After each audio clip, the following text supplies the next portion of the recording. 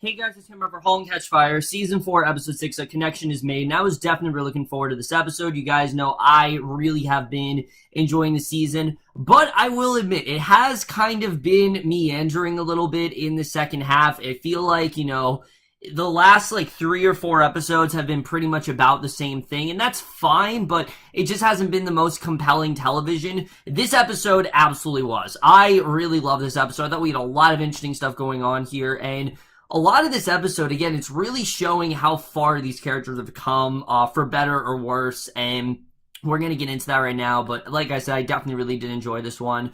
So we start off, we see Cameron, she wakes up in her trailer, and Joe is cooking breakfast, and he playfully is barraging her with all these potential slogans for Comet, some of them like, let's Comet, and, all these ridiculous puns and things like that. And Cameron says that Bosworth actually wants to apologize about the rover algorithm, and Joe insists it's not necessary since they still have a better approach, and she's unavailable to them. And again, this right off the bat is really showing Joe's growth. Old Joe would have been very, very adamant about Bosworth apologizing. He would have taken it so personally. He would have just completely squandered his relationship with Cameron. He distanced himself from her. But new Joe, however, seems to handle this in a very delicate way. He doesn't seem to really be that upset. He's honestly kind of being pretty rational about it. One, because he knows it's not really going to hurt them, but also because the fact that I just don't think Joe, I think in general he understands why Cameron did it. He's really not too upset about it, and I thought that was definitely interesting to see, and we really do see a lot of that with Joe throughout this episode. There were, like I said, a lot of the characters coming full circle, but especially Joe. There are a lot of moments in this episode where it kind of feels like we're going full circle with Joe's character, but Donna then talks to Cecil in private, and if there's anyone who is really starting to crack under pressure, it's Donna. I mean, we really are seeing throughout this episode, Donna is really starting to kind of demonstrate this very self-destructive behavior, and I don't know if this is going to end up really hurting her in the end of the show, but because we're in the final season, I'm very worried about Donna throughout the rest of the show. But she talks to Cecil in private. He admits that he built 90% of the code that Rover is built on, but Donna says that was back when it was a medical indexing company and was too far back to really take credit for. And since then, he hasn't really evolved along with Rover, and he says he's done all she's asked him to do, and asks why he is the one who needs to go, and she says that Bosworth has already stepped away, and he says that he made this company with his friends, and doesn't really give a shit about an exit package, and they were fine until she came in and started demanding the impossible. So she apologized for being hard on him and convinced him to step down from Rover so that they can actually reverse engineer the algorithm without any legal repercussions. And I think that's a smart plan, that they will get someone else to use the algorithm, mainly because they just can't have him do it. So she instructs him to tell Elliot and Vera that he's leaving because he's burned out, and at first he doesn't want to do it, but she basically forces him to kind of repeat this mantra of him leaving because he's burned out and everything like that. And I thought this was a very well done scene. You can tell that Donna, she's really frustrating a lot of her workers, including Cecil, how they were doing just fine without her, but now she's kind of arrived and all this chaos has erupted. But also showing how in control Donna really is, and how she does kind of have, a lot of her workers wrapped around her finger, and we definitely do see that, but it doesn't mean that she's completely heartless either. We're going to get into that a little bit later, but I really do love the scene. I thought for Donna, like I said, this was a really big episode, and moving forward, I'm definitely very concerned for where she's really going to go towards the end of the show. So Gordon then surprises Haley with an assortment of model rockets for her birthday, and one of the big parts of this episode is Gordon's relationship with Haley. How does he really be a father to her? Where does he need to push back a bit? And can he still kind of be this father to her, even though she is technically one of his employees? How can he really handle her here? So he surprised her with an assortment of model rockets for her birthday, and Haley then begs him to launch the rockets with her that afternoon and suggests that they invite Katie, who it appears they're on good terms now. They've moved past the whole sort of weird, awkward situation that happened a couple episodes ago, but Gordon says he'll see what he can do and says he'll see if Cameron could move up the dates, and the Rover team then reels from the news of Cecil's departure. Donna assures them that his departure really has no effect on them whatsoever, but Tanya really disagrees and feels like his departure will actually get people talking. But Donna takes this as a compliment, saying, hey, if they're going to talk, that means that we have succeeded because we're just that popular that people are going to talk about. But again, it is kind of causing some controversy because, especially that, now that he's left and he's been with them since the beginning, I mean, people are really going to start to compare notes and point fingers, and I don't blame Tanya for being very worried about this. So basically, she says that they will be able to attract a top-notch CTO and mentions the highly sought-after Bobby Aaron. And Tanya thinks it's impossible since Microsoft is attempting to recruit him, but Donna says that they're the big ones and any CTO would be lucky to be with them, and that's how they're operating from now on. So you can tell that Donna's really not thinking this through. She's just kind of thinking, oh, this is all just going to work, but that might not necessarily be the case here, as we can see. So Cameron, Gordon, Haley, and Katie decorate rockets in the field by Cameron's trailer, and Cameron then assuages Gordon's concerns that Haley didn't invite any school friends to her birthday celebration and says that she finds them overrated, and she seems really happy. And again, this is just kind of showing how Haley is very similar to Cameron in the sense where Haley is much more grown up for her age and much more mature, and she's not really interested in her school friends. She's not. And Katie and Haley, meanwhile, are bonding over designs for the rocket. They talk about how they used to go all the time, and it was a fun scene. I like seeing these two on good terms again. Like I said, there was that weird situation that Haley was in with Katie, and I'm glad to see the two seemingly have moved past it. I definitely did like seeing that.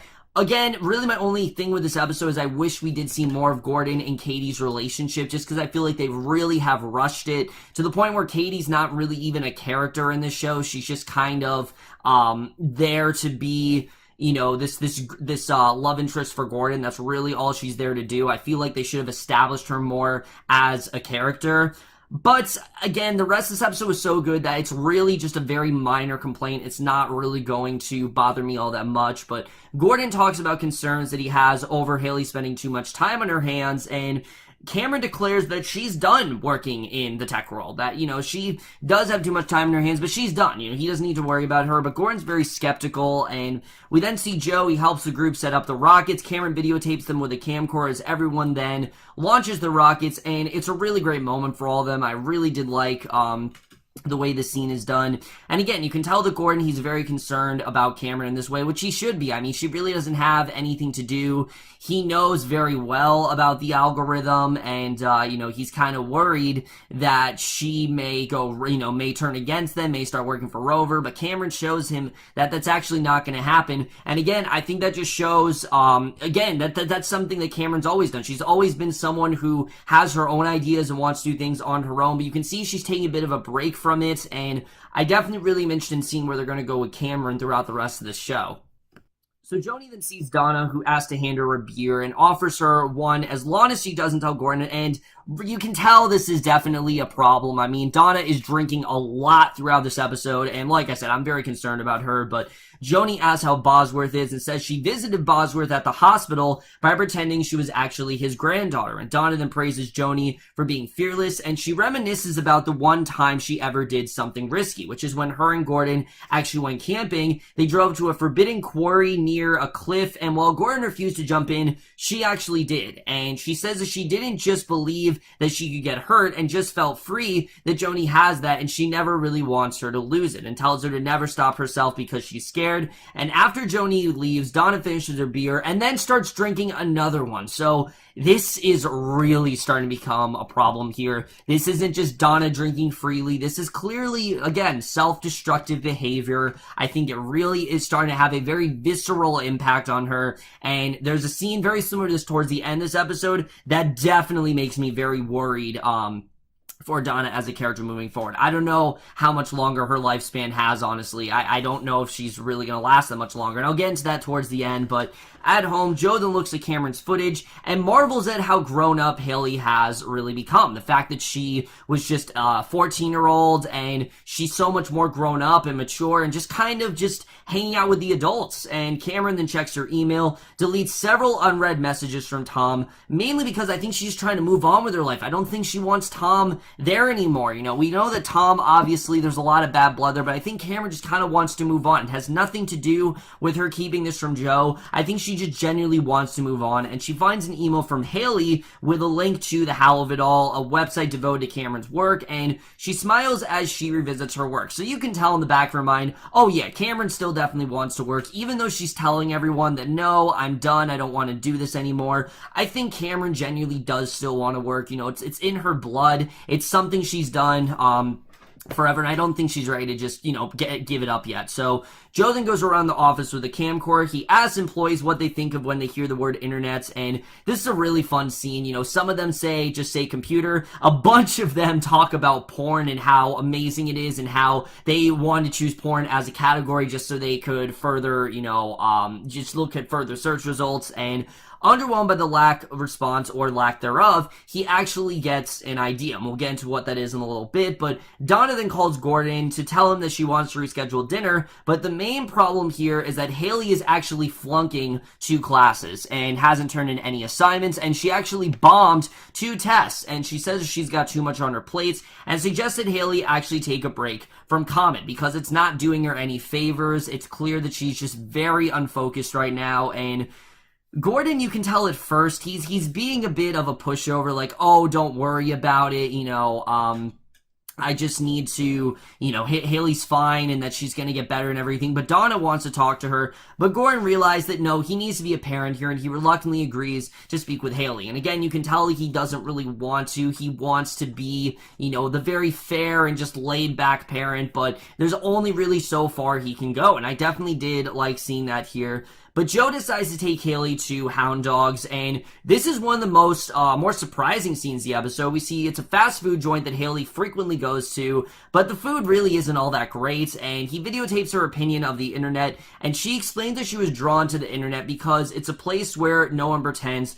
other than school, where everyone pretty much hides behind a mask. And I can very much attest to this. I mean, they always say that you show your real self when you're on the internet versus how you are in real life, and I would very much agree. I mean, I can't say that I wasn't myself when I was in school, but there were times where I'd go on YouTube and I feel a lot more comfortable than I really did in the outside world. And I think definitely this definitely speaks volumes for just how diverse and how spread out the internet really is. And I think that's something we really do see here. But Gordon, basically, we see here that there actually is this employee, Vanessa, and she stops by to chat with Haley about music, and Joe just sees Haley kind of light up with Vanessa and realizes, holy shit, Haley doesn't like this food joint because of the food. She likes it because of Vanessa. So yeah, Haley is expressing very early signs of possibly being a lesbian, which I never really thought of, but it kind of does make sense if you really think about the things that she has interest in. It's clear that she does have feelings for Vanessa. This isn't just them bonding over music. There definitely is more to it. And who better than Joe to notice this fact? Someone who is in fact bisexual, someone who actually is taking notice of it. And again, I thought it was just a really great scene showing how full circle Joe has really come here. So Donna then takes Bobby Aaron out for drinks to woo him over to Rover and tells him that it's all about change. And Rover, he could be a part of a universal, decentralized platform that's already changing the world, and he could join Microsoft and let them tell him what the future will be, or he could work with Rover and tell them. And while you can tell he is very much flattered by, her persuasion, he tells her he actually already accepted an offer with Microsoft, but kept their meeting because he was a big fan of Munity's community. He was a huge fan of them, and he loved how they worked together, and she describes the exhilaration of working on a risky project like Rover, and she describes how working in Muni were like the best times in her life, and it was just a bunch of them working together, and Rover is just a lot more stressful in comparison. Mutiny, again, that was just her, Cameron, and a bunch of other young techs just working together, doing something that they love. But this has really become work for Donna. I think it just goes back to the line that Gordon said to Haley that, do this until it's no longer fun. And I think that's what's going on with Donna. I don't think this is, any longer fun for her. I don't think this is something that she enjoys doing. I think this is just her job, and that's the only reason why she's really doing it. I don't think she really enjoys this anymore. And her speech actually convinces Bobby to work for Rover after all. They toast, and Donna then wakes up very hungover. She's in Bobby's bed after sleeping with him. Again, just a sign of how far down the rabbit hole she's really going, and just really her downward spiral here. So Diane then goes to Bosworth, hands him a get well card he received from a kid named Sam, and suggests that, because of his recent heart attack, she was very worried, suggests that they actually get married, which this was very shocking to me. I thought in the back of my mind that Diane doesn't want a relationship and that this was simply just a work-oriented thing for her, because if we remember, there was that scene in episode 5 where they called her Mrs. Bosworth, and she was not really happy about that. She seemed actually quite turned off and not disgusted, but she wasn't exactly happy when they called her that. So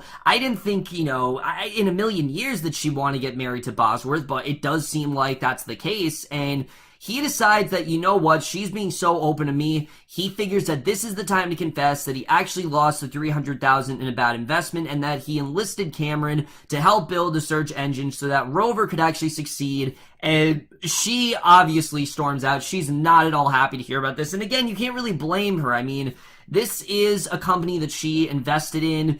She really thought she trusted Bosworth, and he couldn't come talk to her about it. And now, obviously she's not happy. So Gordon then orders Haley to take time off from Rover until she gets her grades back up, and he's very stern about it, but fair. Like, he's very understanding, telling her that she does have a chance to come back, but right now it's just not a good idea. But she freaks out, she flings her milkshake out the wall, and then stomps out of Gordon's office. And again, it very much reminded me of something that Joe would have done. When Joe was in Haley's position, he would have freaked out about it. He would have been like, how dare you do this to me? And Haley is, you can tell, naturally upset about it, and you can't really blame Gordon, though. He's trying to be a parent. He's trying to learn how to be a parent, but at the same time be fair and be fair to his employees, because it's a whole different kind of relationship from that with him and his other employees. His other employees, he can say whatever to and he feels fine, but when he says something to Haley, obviously it makes him feel a little bit emotional, and it really does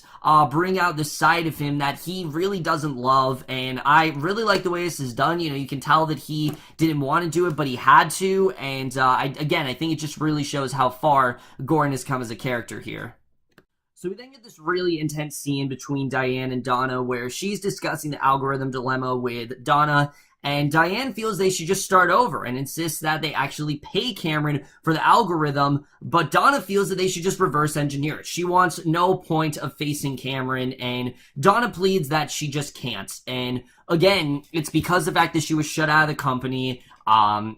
Everything that she did, her and Cameron, as we know, have a very bad past, and she just can't face her right now. And especially after that whole sort of situation with Cameron, Diane says, "Get out of my life." She just can't face her right now. And Diane orders her to buy the algorithm from Cameron and then hand Rover over to Tripp. She doesn't want Diane to be a part of Rover anymore, which you can understand. Diane's just been going way too far. Donna's just been going way too far, and she tells Donna to get herself together, and Donna tells her that none of this really would have happened if Bosworth just felt like he could come and talk to her. And the sad part is they're both kind of right here. Bosworth doesn't want to face Diane. He's kind of afraid of Diane, as we've seen. The only reason he did this is because he didn't want Diane to feel, he thought Diane would be ashamed of him, and he didn't want to, to be forward with her about it.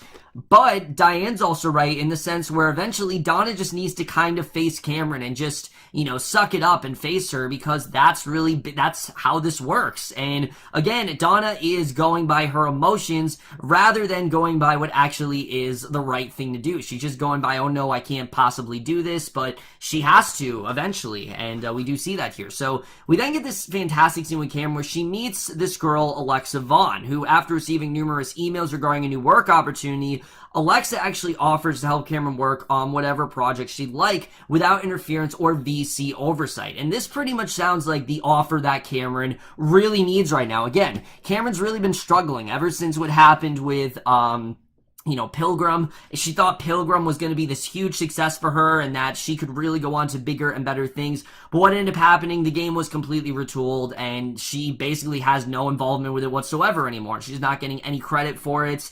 And now you have Vaughn, who really has come at the perfect opportunity to really try to recruit her and actually get her to come up with something that is her own and come up with something that really does inspire a generation. And despite the fact that Alexa, particularly wasn't the hugest fan of some of Pilgrim's features, she's intrigued by the way Cameron goes about it. The fact that she doesn't want the gamers to actually win the game. She wants it to be unbeatable. She wants them to get frustrated. She isn't just going to, as she said, she doesn't just want it to be a mindless RPG game. That's not at all what this is. And she wants it to be something challenging. And we definitely do see that here. And I just really did love the scene. You can tell, again, this is really, I think, the person that Cameron needs in her life right now. I think Vaughn can really help her develop something great, and I'm really looking forward to seeing where this is going to go, towards the end of the series. So Joe then checks on Gordon, who tells him about Haley's outburst, and Gordon says she no longer works there, hints that Haley might, and basically Joe no longer, he hints that Haley might like hound dogs for reasons other than the food. Basically, subtly trying to tell him that, yeah, your daughter's gay, even though Gordon is not picking up on the hints. And what I love about the scene is that it felt very similar to a season 1 scene between Joe and Gordon. The difference here is that instead of Joe barking orders at Gordon and Gordon kind of being the victim in the situation and feeling outnumbered, Joe is the one who feels outnumbered. And it's just really coming full circle here. With Gordon, you can tell he's the one barking orders at Joe, and Joe is being the rational one. Gordon's maintaining that the discipline is a necessary part of parenting, but Joe talks about how, when he was a little kid, he would have given anything for a place like this, somewhere where he could belong. And he says that he sounds like his dad, who never saw him and just wanted to be like him. And Gordon says that he sees his daughter just fine and knows very well who she is. And Joe asks if he's sure about it and says he just wants what's best for her. And Gordon says he doesn't give a shit for her beyond what she can do for this company. He just cares about himself. That's why he's a parent and never will be. And Joe says he's right and then walks out. And the thing is, I don't think Gordon's right in this situation. I think Joe genuinely does care about Haley. I think he sees a lot of himself in her, and I think he's really seeing a side of Haley that Gordon's just not. He can tell who Haley really is. He knows, he just knows Haley better than Gordon really does, and that's what I really loved about the scene, is that Gordon, despite the fact that he does really want to help his daughter, he doesn't know her as well as Joe really does, and we really do see that connection that Joe and Haley have is much different than that of Gordon and Haley, and I thought that was definitely one of the best things about this episode. Again, it's just really showing how far Joe has come. It's showing that Joe, he's dealing with things in a much more rational way, and I definitely really love the way the scene played out for sure.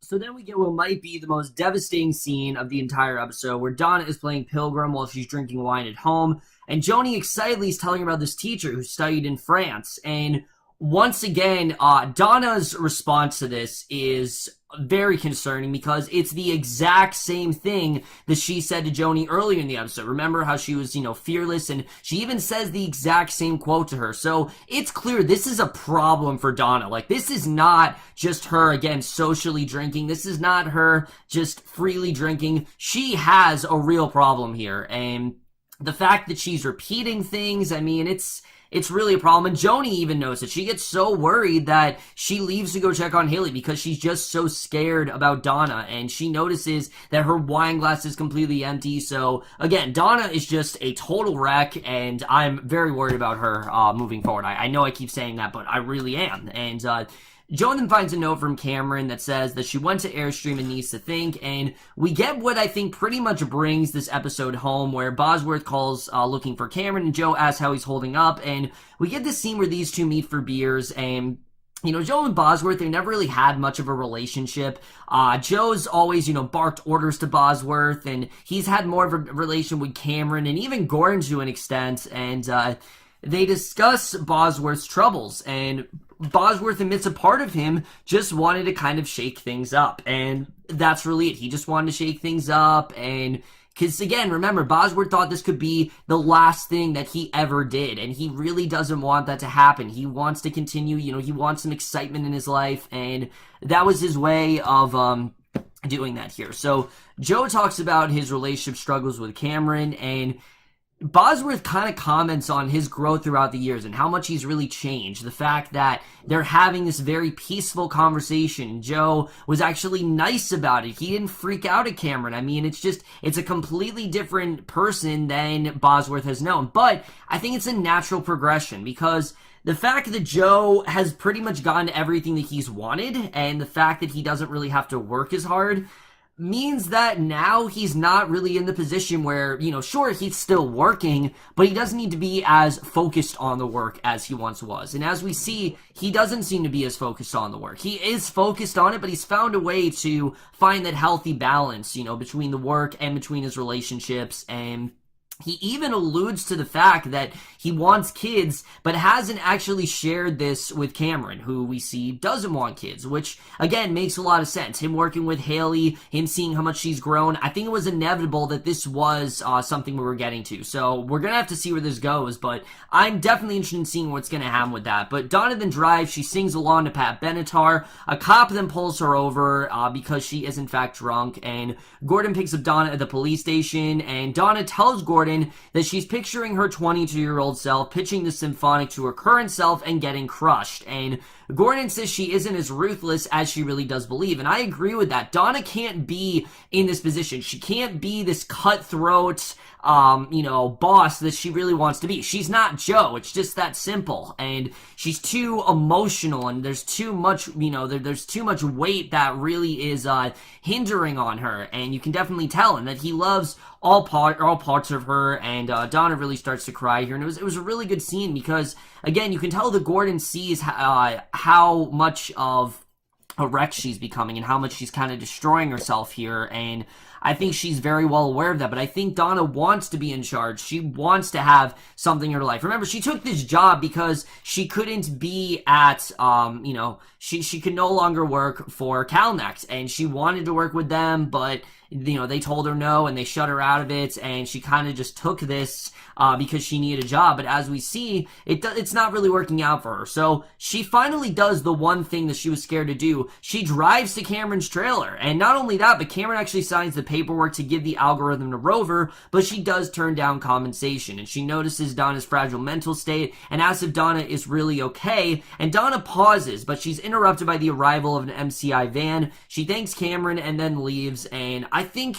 Donna, the reason she didn't answer is because, no, she's not okay. She knows very well that there is a problem with her, and I don't think Donna really is okay here. But Gordon then stops by Hound Dogs on his way to work. He orders some food from Vanessa, and he notices a sparrow tattoo on her chest, realizing that, holy shit, Joe might actually might be onto something here, because it's just like the sparrow that Haley painted on one of her rockets. And we get to the ending here where Cameron sits on a new computer workstation inside her trailer, fires up the modem, and smiles, very optimistic of what really is to come for her. And that is the way this episode ends. So, yeah, a lot of insightful stuff to really take in this episode, especially now that it's the final season. Let's first talk about Cameron, because I definitely do want to get into her. I think we knew very well that Cameron wasn't just completely going to just, isolate herself from the internet entirely. I think she kind of needs it in her life. I think all these characters kind of need it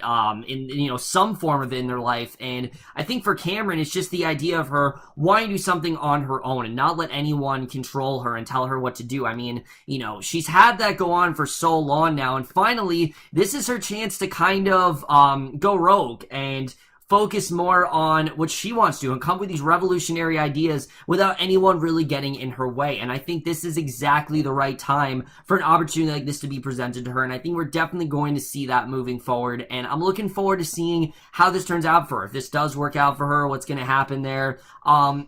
Joe wanting kids is definitely a very surprising development, but at the same time, I kind of expected it because, again, I think Joe's just in a place where he's a lot more comfortable with himself. And yes, he's working on things, but he's worked on everything he possibly could. And I think he's ready to start a family and move on with Cameron. The real question is Cameron really ready to do that? I don't think she is. I think they want very different things. And is this going to be the downfall of their relationship? I don't know. I mean, I thought for sure that this whole thing with, the algorithm would be, but it doesn't seem like that's the case. He was actually very gracious about it, and he really wasn't too upset, so maybe this won't be the downfall. I mean, I don't know. I think that these two do have a shot, but I think they just need to realize that they both want very different things, and that's kind of the thing that's complicating their relationship here. But that scene with Bosworth, again, just I think really illustrated the fact that Joe's really changed as a person. He's no longer as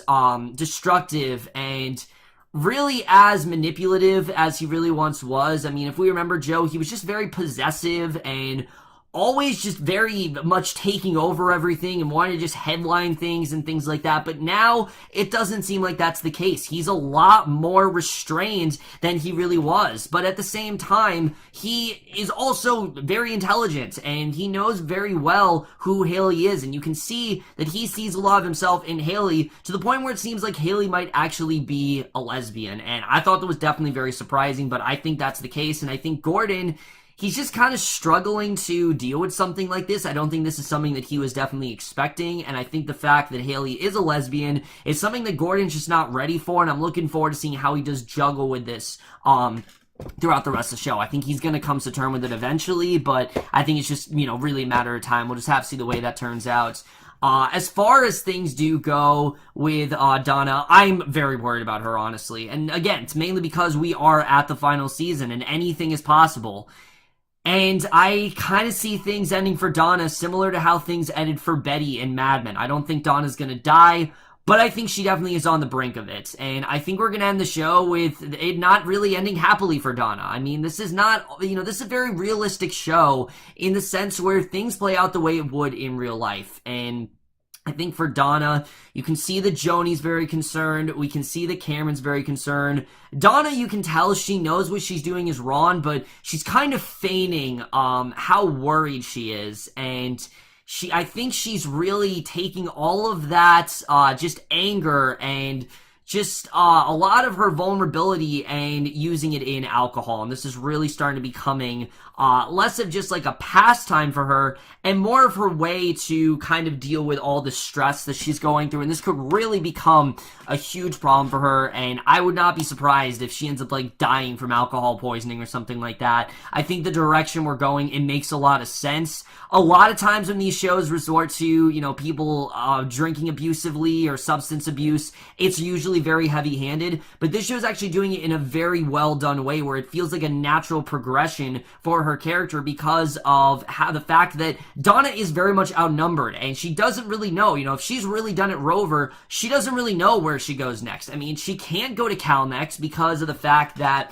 it's just really awkward for her. She can't face Cameron because those two can never work together again because of the bad blood they have for each other. So where is she going to go? I honestly have no idea. And I think that's something that she also doesn't know. And it's just very sad to see. And then, of course, Boz and Diane. I really did feel bad for them in this episode, I have to say. The fact that Diane, it seemed like she was willing to go through a marriage with Boz. And I do agree with Donna that Diane's very much controlling Boz. Boz kind of does what Diane wants. And I don't know if they're going to come back from this. I really don't. Diane just seemed very upset at the fact that he didn't tell her anything. And I don't know if there's any coming back from this. Joe and Cameron, maybe, but Diane and Boz, I don't think are going to have that, aren't going to have as pleasant as an outcome. I don't know if this is really going to work out for them.